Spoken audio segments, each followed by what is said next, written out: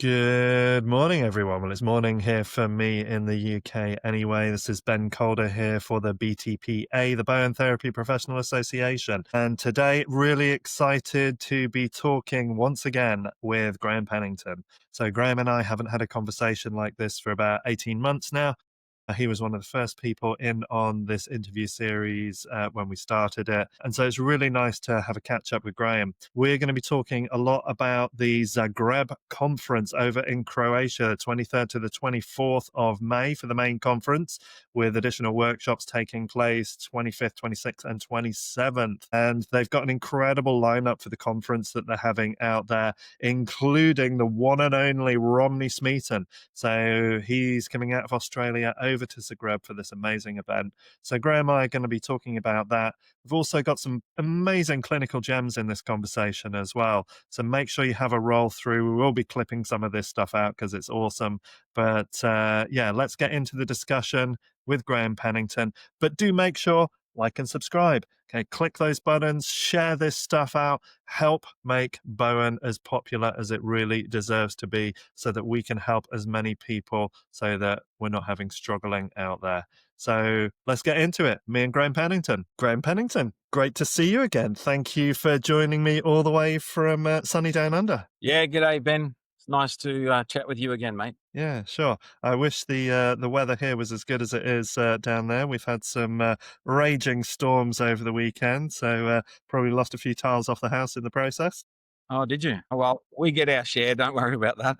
Yeah, sure. But it's not the same when most of the weather's sunshine, mate. It's much easier. Mind you, you probably like a little bit of rain and snow every once in a while, just for variation. Yeah, well, we live in a rural community, and after two hard years where drought's been a bit of an issue, suddenly they're rubbing their hands together because it's a beautiful spring, and there's been like a lot of rain for them, and now the grass is growing fast, and they all feel that this is going to be the turning point over the direction they've been on for a couple of years. So it's great. Good mood in the town at the moment. Beautiful. Love that. Love that. Now, we're here for kind of two purposes as far as I can see. The first is that it's really nice to do a catch up with you. I'm really keen to talk a little bit about how I've found over the last year since you and I were in Manchester and you came over and did the targeting primary dysfunction workshop, which is the follow on to the IELTS, the importance of symmetry training. And I'd love to chat to you a little bit about that. And we're also going to start banging the drums and getting excited about the fact that not only you, but an international cast of incredible speakers are all gathering together in Zagreb, in Croatia, 3rd to the 24th of May in 2026. And not only are you going to do a conference weekend of talks and presentations, but there's going to be selected day workshops after the event as well that people can jump into. So why don't we start there a little bit and then we can get into the other stuff a little bit later on. So give us your synopsis of Zagreb. What made you decide to do this? Why are we going to go? Well, that's a fascinating question, Ben. And I have been going to Zagreb since I first started teaching the importance of symmetry. Ozana reached out to me back in 2013 and asked me to come and do some teaching. And what is probably one of the hardest things for people to comprehend is how entrenched, established, and professional the Bowen industry is in some of these countries. And in Croatia, it is incredibly highly established. There are hundreds of physiotherapists who use Bowen therapy as one of their modalities. And so I got the opportunity to start teaching there. Incredibly impressed by the standards, by the fact that their capabilities were already excellent, and I was able to teach them some of my work. And because I see it as a kind of a really high standard in the industry, um, I was talking with Ozana about the idea of this conference, and that's another thing that I think is, and you hinted at it before, that's really special about this conference, is it's a genuine collaboration from all corners of the Bowen industry to celebrate the technique. It's not a business venture. In fact, it'll generate quite a bit of profit and it'll go to children's charities to honor Tom's work. But it's just going to be great to have so many of the people that have toiled away for 10 years, 20 years, 30 years or more in the Bowen industry, suddenly collaborating to deliver what I hope will be a great conference. So, Yeah, I've absolutely no doubt of that. It's being privileged as I have been to get to see the speaker lineup before it got officially released, and it is out there, so we're not breaking any confidences. You know that we've got Romney, we've got Romney coming over. You know, digging him out of Australia, flying him across the world. I mean, yeah, and what an opportunity! it is an amazing opportunity because it's hard getting Romney to stand up and let the spotlight be on him. That hasn't been his style, and no one worked as closely or as intimately really as Romney did with Tom every Monday for 6 years or something like that. It's a very long time, and he ran Tom's clinic when Tom was ill, and he ran Tom's special clinic with Kevin Ryan for, I believe, 12 years um, after Tom passed away. So it's great to have him there, and I hope there's an opportunity for people to field questions to him and get some of that experience, not just of his experiences with Tom, but also I'll give you a simple challenge. Just pick any five Bowen therapists you like, Ben, that you think have got experience. And I'll guarantee you Rom's got more experience than all of them just in one of his hands. Graham Pennington. Still really going to struggle to catch that. Rom's been doing it for what must be 45 years. And I'm not talking small numbers. He's probably going to watch this and give me a hard time, but I hope so. His numbers have certainly at times not only been the same sort of numbers that Tom did, he probably has worked at, at least that rate for large numbers of decades of his career. So he's quite unique. And I hope we get the opportunity to pick his brains with lots of questions at the conference. Yeah, sure. And I know, well, I really do hope Romney watches this because then I can invite him to respond and let's get an on the record response with him. And, because this is it. I think that, for me, Romney is one of these Bowen legends. He's one of these characters that so many other people talk about. And yet to have, and again, us over here in Europe, it's not such an easy trip to come over and attend things over there in Australia. And certainly while I've been practicing, I've never come across Romney being available to kind of interact with us in the way that he's going to, because not only is he giving a presentation in the main weekend, but the two of you are going to facilitate a day together as well, aren't you, in the kind of the days following the conference? Yeah, yeah. A clinical demonstration day. Yeah. No, it should be a great opportunity. We should make the most of it. Yeah, sure. And also within that, not only are you speaking, but Kate's speaking as well. So, Yeah. and that I think is a really exciting opportunity. Now, I'm hoping again we'll get to interview Kate because I'm hoping to basically go through the lot of you and just make sure that we get all of you speaking ahead of the conference next year. But it's really exciting to see Kate presenting as well. Can you give us a little hint as to what she's going to be offering up that weekend? I'll resist the opportunity to make humorous comments at this point and see if I can just answer in a straight way. In our clinic, Kate and I, we treat like 130 people a week, use Bowen as our most widely used modality, and we do a lot of work around some of the procedures that we've developed uniquely in the industry over a long period of time. And for example, as you know, our TMJ work is quite different to other forms of TMJ work. And we really use that predominantly to create a sphenoid shift or sphenoid rebalancing through pterygoid temporalis and so on. So Kate's giving a presentation based around what kind of clinical applications exist for the use of these procedures that reset the sphenoid. Because one of the interesting things about the sphenoid is that, you could write a book on it, I suppose, in the sense that it's the keystone bone in the base of the skull. It has a attachment to all of the other cranial bones. It's very much involved in the primary respiratory mechanism. It's got its dural attachments. the dura actually forms the diaphragma sella and then attaches itself into the sella turcica. And you've got the pituitary, which is going to be involved in lots of different hormonal applications. So the times when simple sphenoid correction can lead to, well, that's what Kate's talks about. Kate's talks about what does that lead to and how is it useful in the clinic, what type of situations. And it'll be really surprising, fascinating, because it'll all be backed up by case studies. That again, we're getting a richness and a diversity coming into this conference next year that's just going to be incredible. And I certainly know that ever since I first did Importance of Symmetry, and especially since I came and worked with you in Targeting Primary Dysfunction, just the difference of working the jaw the way that you've showed us, and the fact that the TMJ is something that we look at in every treatment. It's not reserved, as I was taught, to be the big gun that you save for when all your other stuff isn't making a change.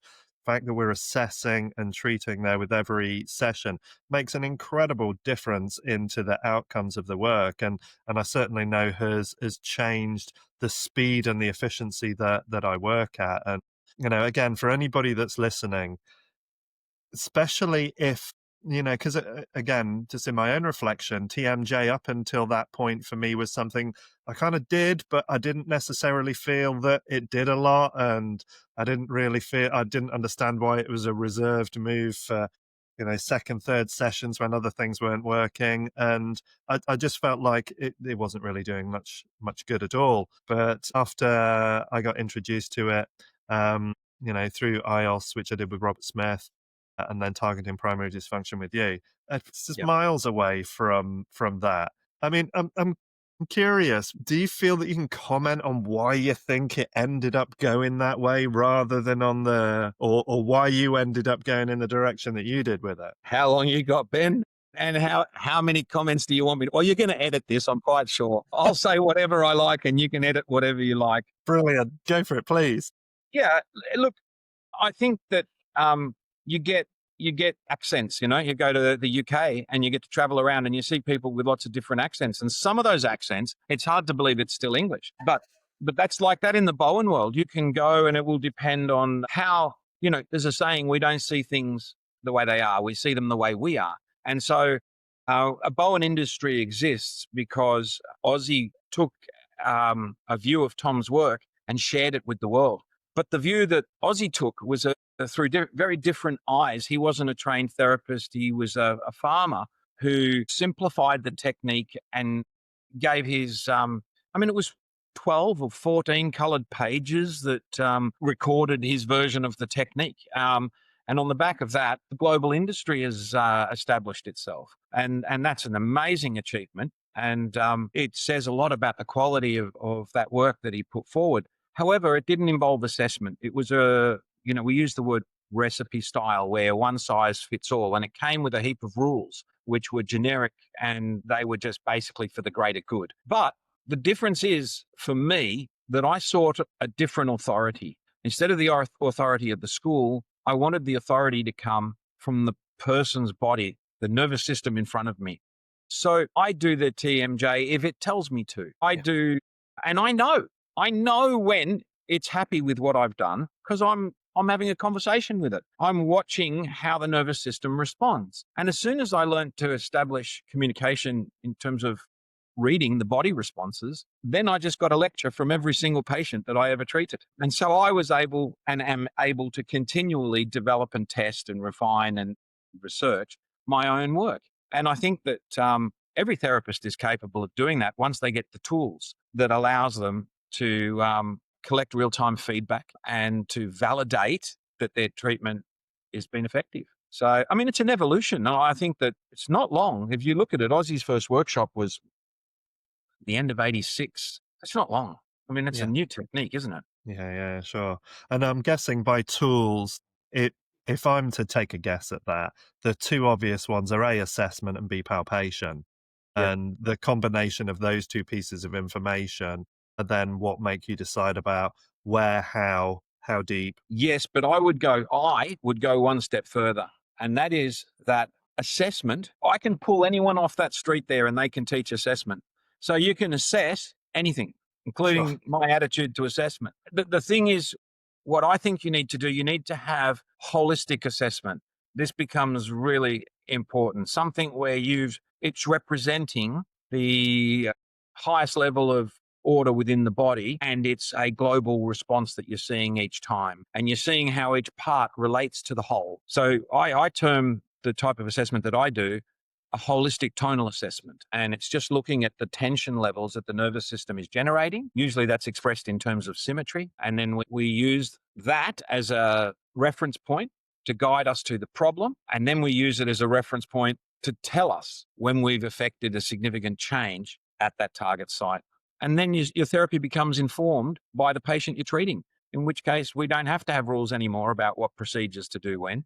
We just need to be able to say, well, sorry, I have to do it because right now she's got sciatic pain and I can see and feel that the temporomandibular joint is jammed up, and I don't care that it's the first treatment. So, and I'm sure I can guarantee you that, rules are not made to be followed exactly. They're guidelines. Yeah, for sure. And it makes the most amazing difference, because to be able to do the assessments that you teach, to be able to make a change or put an input into the system, observe if it's doing anything else, and then try and work out what you need to do. For me, that's super exciting as a piece of work. It means that every client is interesting, because it's kind of like, okay, well, this is what I think I'm seeing. So I'm going to put in what I think needs to be done here.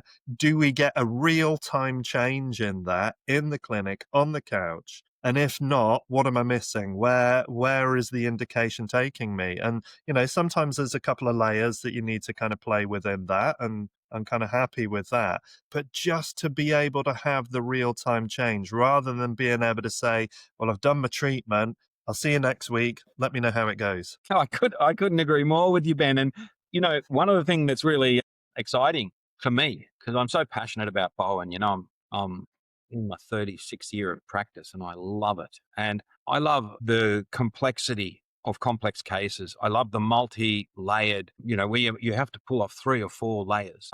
Each time you do it, you're able to say, "Oh, that was a big issue in that sternocleidomastoid. You must have been getting significant neck restriction."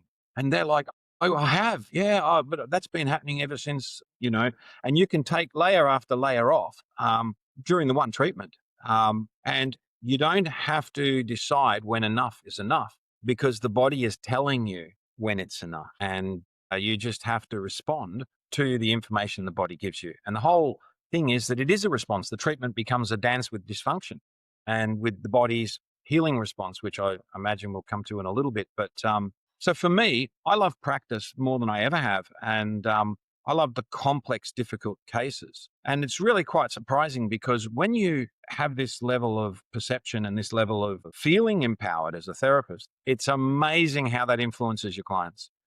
They are just so happy to be compliant and they know, wow, I actually found a way here that's most likely going to get me out of this long-term chronic issue that I've. Yeah, yeah. And it creates a shift, I think, for clients that brings us almost back into the realm of the fantastical. Just how did you see that? How did you manage to change that? And how do I feel like I do so quickly? I had a beautiful case, if you'll indulge me for a moment, over the summer. One of the festivals that I go out and work out of the summer, which for me are just an excuse to change my scenery. It's just so that instead of having the clinic where the clinic is, I put it in a field. And I'm surrounded by great people, nice atmosphere. I walk around barefoot for 5 days like a proper hippie. And, it's fun. But I do 30-minute treatments for people, just, talk to them a little bit about Bowen, give them a session, see them off.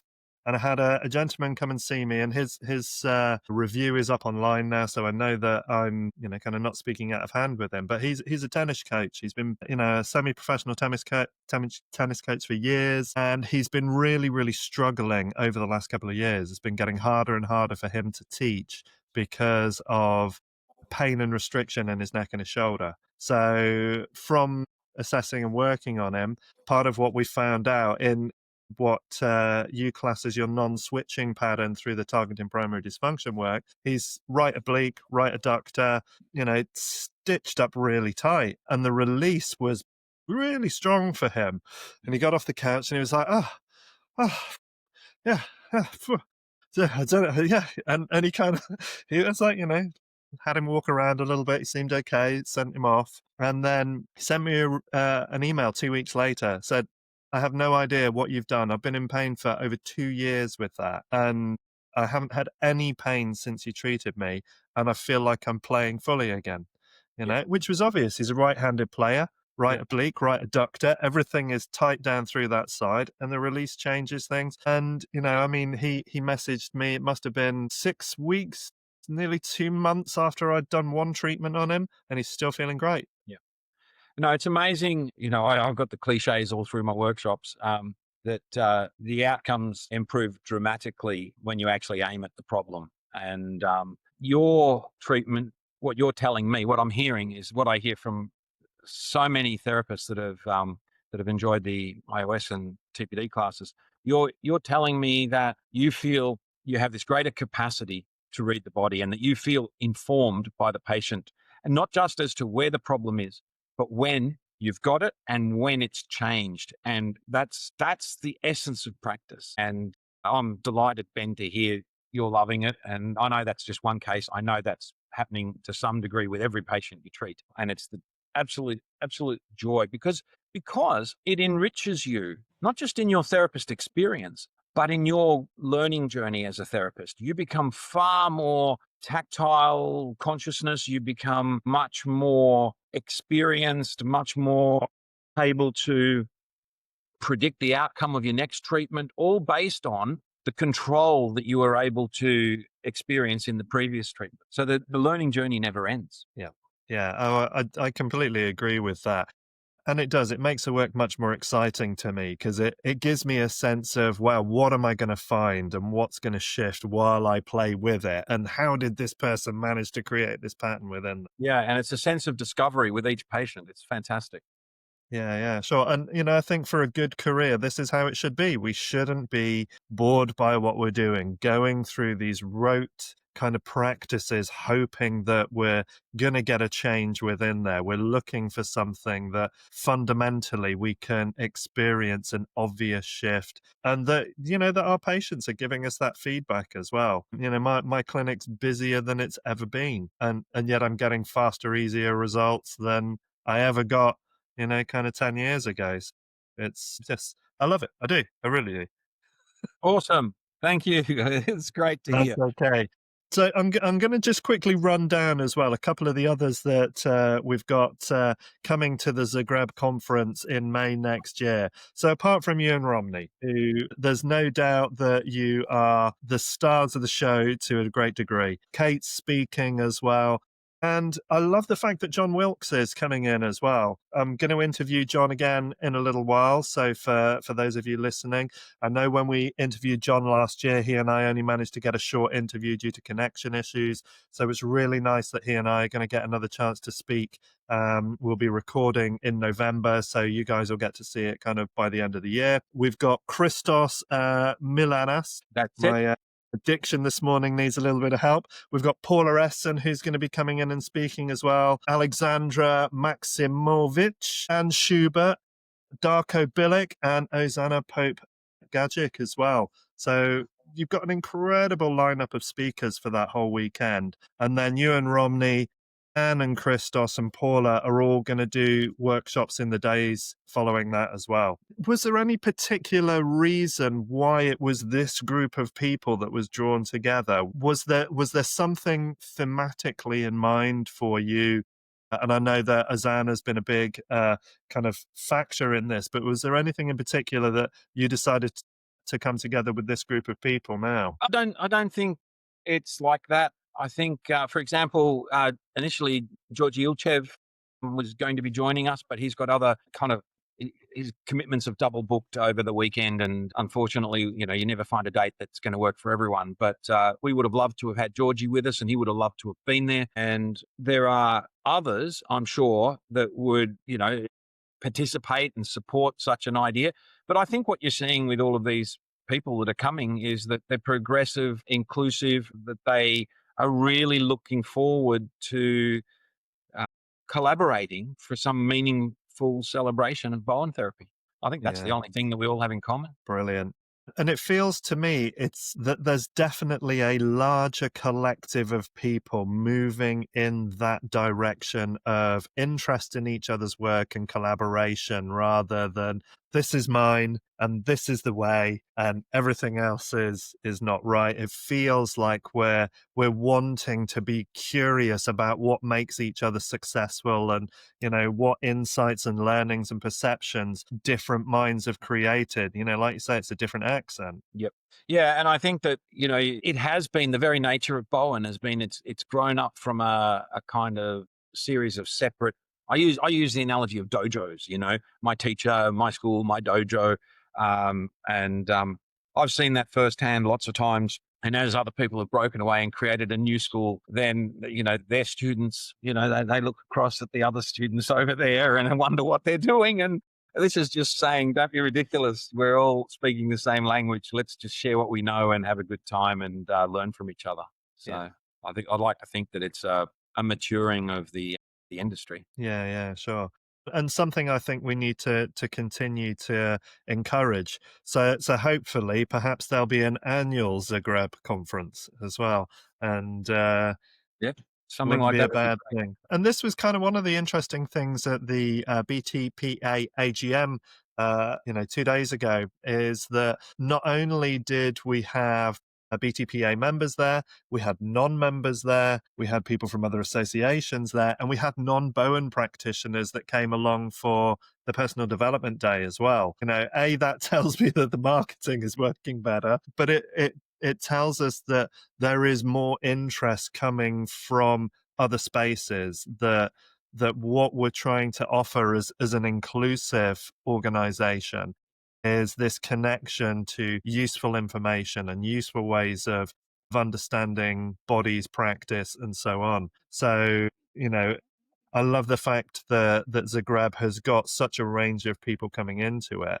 because it means that we're trying to take down some of these attitudinal walls that have existed between schools of Bowen and practices of Bowen. And I found it really interesting when I interviewed Ross Emmett earlier in the year. He showed me the original Aussie's original sheets as well, which I found kind of interesting. And I had a sense from at the beginning of the interview that he wasn't quite sure whether or not I was out for a bit of a gotcha or to catch him out. Whereas really, I'm just curious as to as I am with you, with everybody else, just their perspectives and the way that they're looking at the body. I'm a bit of a hoover when it comes to curious pieces of information. So for me, these have proved such a value, and I know that in the AGM over the weekend, there were a number of people that were really grateful that this is being done, that these conversations are happening, that they can be put into a format where anybody from any background can access them. So, again, grateful for your time and your sharing here as well, Graham. No, good on you, and you're doing a great job. And it's to me, I think you're doing a fantastic job. I notice in this discussion, you're starting to ask some quite interesting questions, and I've been waiting maybe close to 4 decades for people to ask those sorts of questions. So keep asking them, and hopefully people will gently give you the information that you're trying to dig out of them. Because Yeah, I think the industry has had so much of this. People call it politics, and they're wrong. It's not politics, it's history, and the sure. history affects now. And if we want to be better therapists, we can't just simply deny the Yeah. issues that exist within our industry. We need to examine ourselves. We need to pull the issues out, and we all have to be better, and we all have to work together, and we have to make a future. One of the things I think is amazing about the industry is that the career span for people is very short because most people, I don't know the statistics, but most people that they don't start learning Bowen until later in life. And many of them, it's a 10, 15-year career span, which makes it very unique amongst remedial therapy industries. Anyway, I digress. Let's get back on topic. Well, no, I think it's a great point as well, though, Graham. I think politics, histories, but also personalities. And I think one of the things that changes over time is that with luck, we mature. And in our maturation, we change some of our rigidness into I mean, I don't know about you, but there's a part of me that certainly in my first 2 years of being a kinesiologist, so I'm going back over 20 years now, I thought I knew, I had this idea in my head, this framework I had was clear and I knew. I think as time goes on, I let go of more and more of that, and I'm just more inspired and curious and interested in perspective and knowing that each perspective has a wholeness within itself, but they're still partial to a greater whole. And so being able to listen, to explore, feel within all these different pieces of information, and to be able to have healthy discussion about it. The little grin on your face when you were talking about you've been waiting for somebody to ask you some of these questions for years. I made a joke comment to Richard Baverstock, the membership secretary, and who really does a lot of work running the BTPA. I said to him, "I'm just grateful you guys haven't censored me yet." It's like I've been given free rein to just kind of put this material together and be curious because I think that's really I think if we can't ask questions about the holy cows, then they're just icons. They're nothing that unless we can have some kind of interaction, some kind of exchange that helps us understand this. And I come at this from a point of view because 12, 15 years ago, I did ask questions. I asked questions that weren't okay to ask. And you don't always get a good response with that. And that tells me a lot about a system. If I can't question it, and I've also got no problem with somebody coming back and saying, "Look, I'm just not sure." That was one of Ross's answers to me about a thing. He said, "Look, I'm just not sure. That's not how my brain works. I just know that when I do that, that works, but I haven't worked out why." Yep. It's interesting, there's the old, don't question the science, but there's also don't question the history. Yeah, That's been a big one for the industry. And, it's been tackled by other people and that information is around, what was just obviously, what would you call it? These people that wear the tinfoil hats, what are they called? I'm one of them. I conspiracy don't know. theorists. Yeah, these were all conspiracy theorists, people just viciously attacking the temples that had been built. But the reality is that those temples, in many cases had been built on made up histories, made up stories and stuff like that. Anyway, let's get back on track. But we all love a romantic story, though. That's the thing, Graham. So, romantic story is much nicer than the boring mechanics of engineering that are really taking place, aren't they? Nobody wants to know how the engine works. They just want to know how pretty the car is. That's It's it. it's Yep. very different. But yeah, sure. So, yeah, to move on, you alluded earlier on to coming back to healing responses within the body. So, tell me a little bit, like for me, for the most part, like when I remember being taught, back in the day, this idea that there could be headaches, there could be stiff aching body, there could be tiredness, and all you need to do is water and walking. So really, those were your healing responses. That was your response to that was your treatment of it. What else do you want to say about that? That's perfect. That's a lovely segue for me. How do you know, Ben? How do you know? That's all I want to ask. If my patient rings up and says, I've got a headache and I'm feeling nauseous, and how do I know? Well, I know the answer to that question. What I'm simply doing is putting the answer back to the therapist. Yeah. They take a 2-minute wait here and a 2-minute wait here and a 2-minute wait here. And I ask what they're waiting for. What are we waiting for? And we're waiting for that healing response. What, from every move? Every move's a healing response. Do one move have a bigger healing response than another move? If you ask too many questions, the thing starts to look wobbly. And we, being complementary medicine practitioners, we believe that structure and function have an interrelationship and that our treatments facilitate a healing response from the body. We believe the body has the capacity to self-regulate and heal, and that what we need to do is alter the relationship between structure and function in such a way that the body enters a healing response. And I simply say to you, how do you know? Sure. Now, don't get me wrong. If I seem in any way conceited or arrogant as I say that, let me tell you how many years, more years than you've been practicing, I didn't know. I promise you, I've walked in the dark for an awful long time. But when I started teaching the importance of symmetry work, The message I was trying to give to people is that when the person comes in with tonal asymmetry and you assess them, it will lead you back to a place where the nervous system is being irritated or compromised in its function. And that's considered a stress to the nervous system. And at that particular point, because there's a stress, the nervous system adapts. It goes into an adaptation mode, and its adaptation is to protect it from injury that's perceived. For example, something's in the wrong position or it's moving incorrectly. So the nervous system restricts and locks down to create this protection. And the brain doesn't care if your knee hurts. It's got a higher priority at that moment. So it's protecting the nervous system.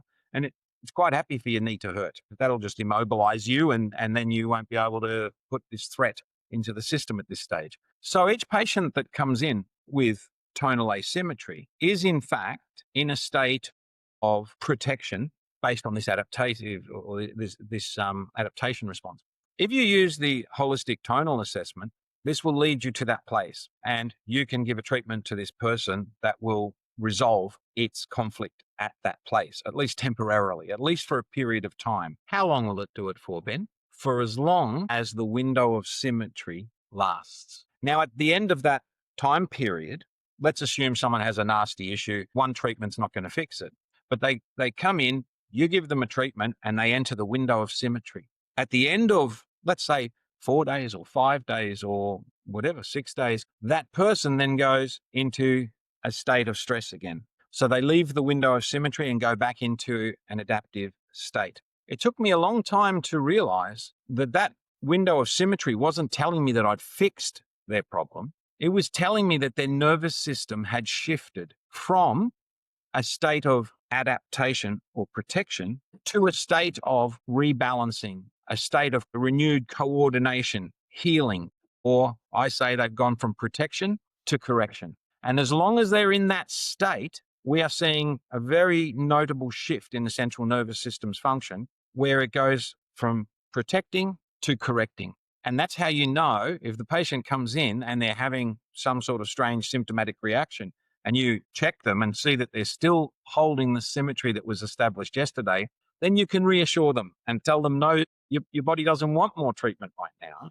It's still dealing with what we did yesterday. It's rebooting, it's re-establishing its control over things. And if, however, they come in and one leg is now an inch shorter than the other, and you can see where that's coming from another layer that you didn't address during your treatment, then you can now address it.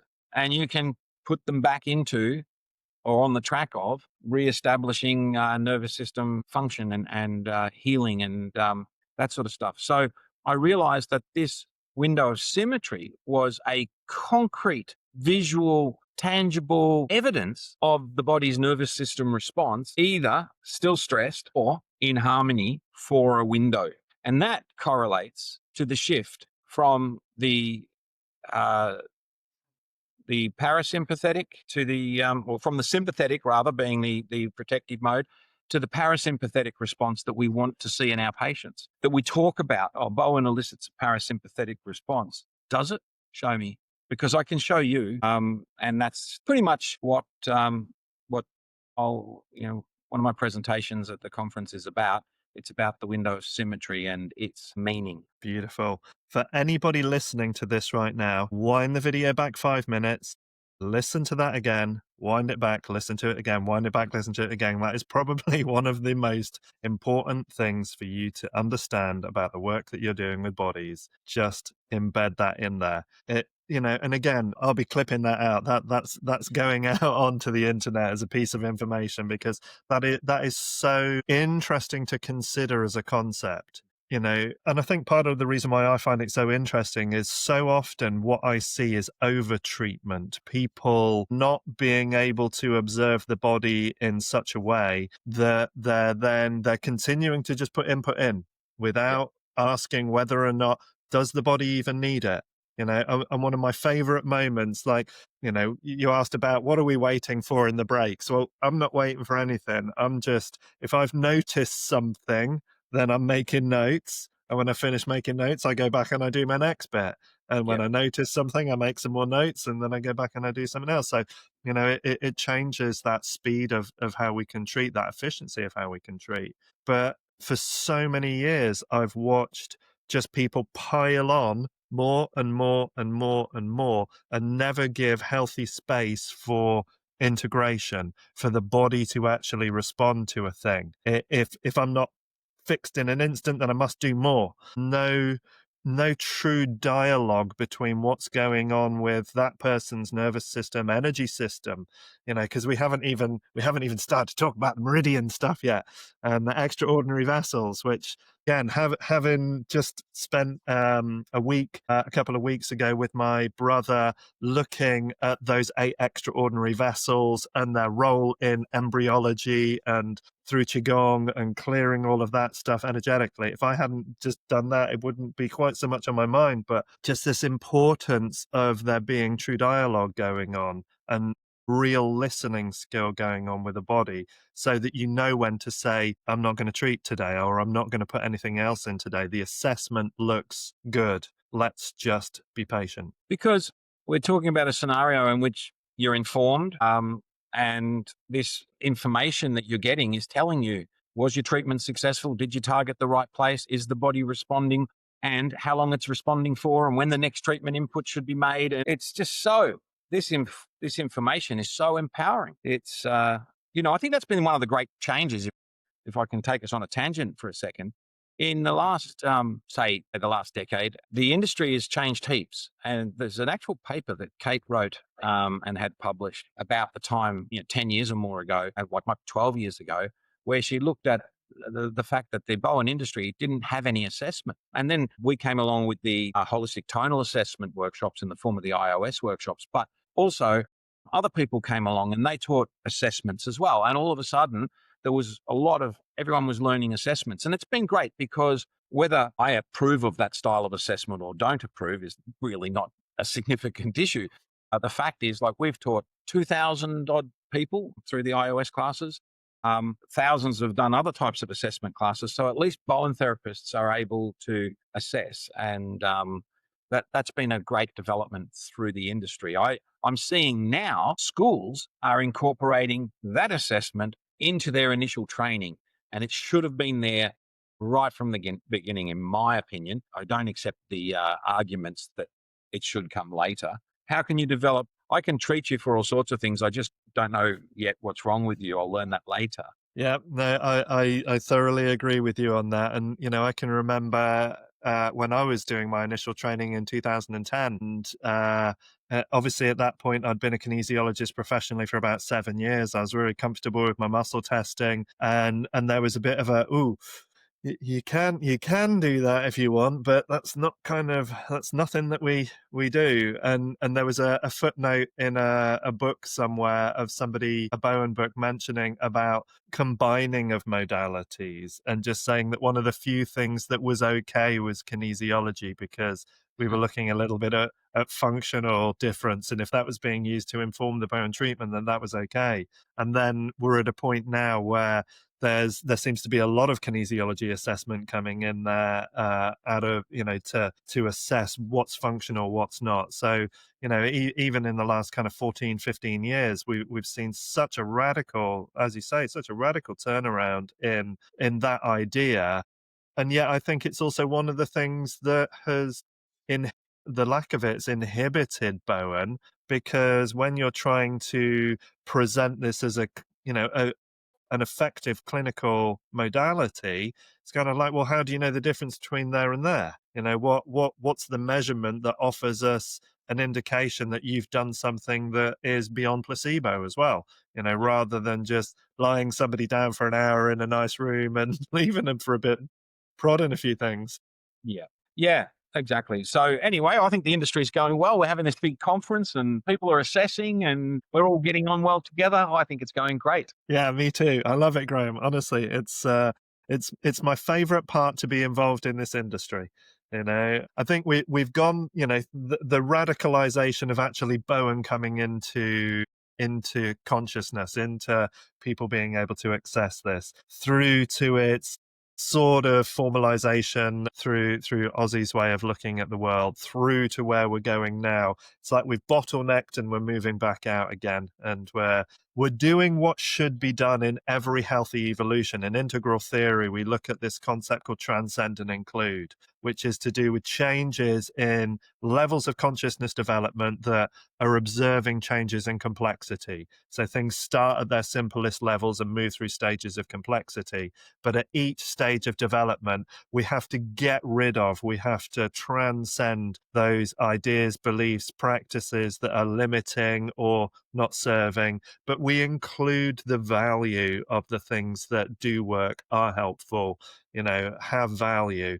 And we continue to build on and enriching by stripping away that which isn't useful and keeping the stuff which is. I couldn't agree more. And stripping away is vitally important, but not always welcome. And one of the things perhaps my last comment that I would make, Ben, is in relation to consciousness and growth. But I want to talk about the consciousness and growth that takes place in your hands. So I can remember when I was first in a clinic, and it was Ozzy who said to me, "Now, can you put your hand there and can you feel the heat?" And of course, I was like, no, I can't feel it, and I couldn't feel anything. I was just hopeless, and I just look at my fingers and go, "How can I be a therapist when these things are so crap?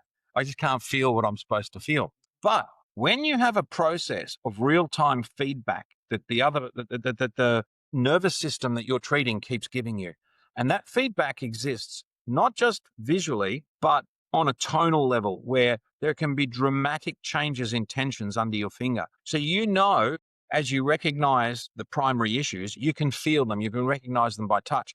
And then as you create your move, your intervention at that point, you can observe the changes and you can see and feel the changes that result from that. And this informed process over many treatments, I'm talking like, in a busy clinic where you're doing lots of work and you're getting very big numbers, suddenly the growth in consciousness that happens at your fingertips gives you this ability to see into the tissues. It gives you this ability to recognize what's happening as you put your hands on people, and your tactile awareness becomes so much greater. And so it facilitates the informed process, facilitates this level of practitioner growth, which is the reward that you get for all the cases that you treat. And you just think it's like a painter who becomes better and better at painting, or an artist with a musician who is able to master an instrument and make sweeter sounding music or something. That's our thing. And a lot of Bowen therapists, they don't know about this because they're still trying to do a move. They don't even have a sensory collection happening where it's an awareness. Every Bowen move we do should be an awareness, and instead they're busy putting it out so that they're creating an input somewhere. And I just feel, because of the short careers that we often have, the small patient volumes we often have, the nature of the way the technique was originally taught as a treatment without assessment, that our industry is just, the next big breakthrough will happen when therapists come along and their hands learn to see and feel, and their hands become very sensitive and informed set of senses. Anyway, thank you. Totally agree. It's something we spoke of when we last spoke as well, Graham, and I'm 100% in agreement with that.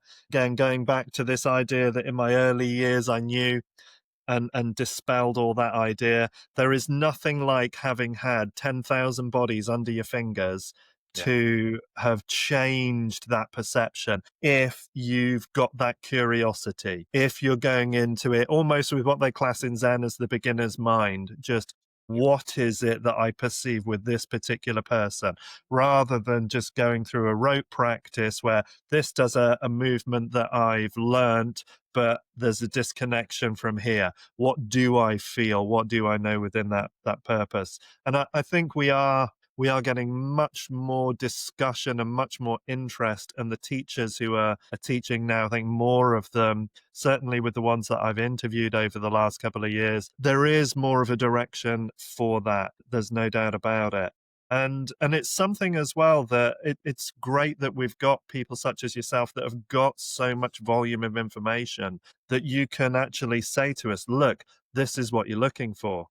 And I know that there are more younger people coming into the industry, certainly in the UK here, both College of Bowen Studies and Bowen College UK, are both really trying to reach better audiences and try to encourage younger people to see this as a lifetime career.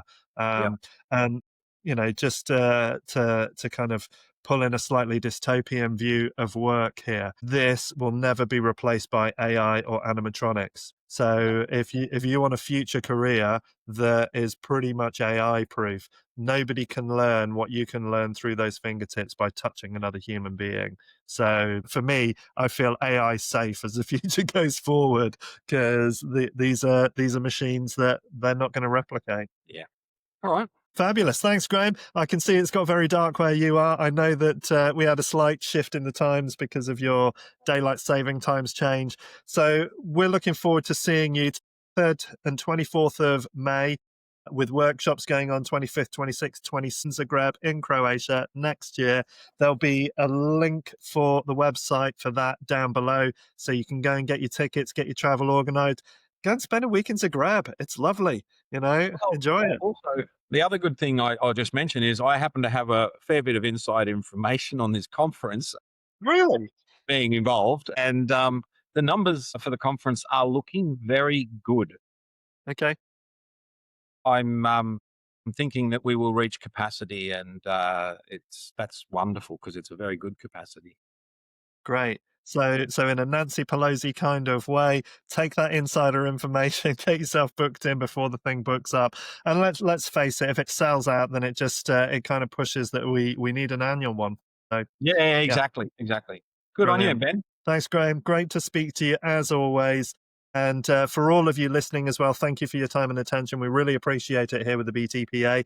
And before you leave, please make sure you hit the like and subscribe buttons down in the corner there. Share this stuff out to the world. Help get this work out so that we can serve those people that need serving out there. And look after yourselves. And we'll look forward to seeing some of you in Zagreb. Good on you, Ben. Thanks, Graham.